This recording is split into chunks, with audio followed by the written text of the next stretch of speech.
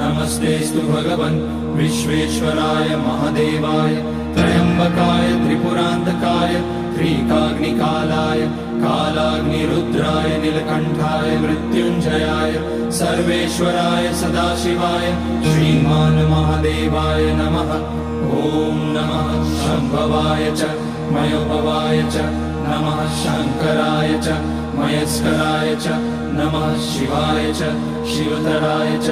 ॐ त्र्यम्बकं यजामहे सुगन्धिं पुष्टिवर्धनम् उर्वारुकमिव बन्धनान् मृत्योर्मुक्ष्यमामृतात्।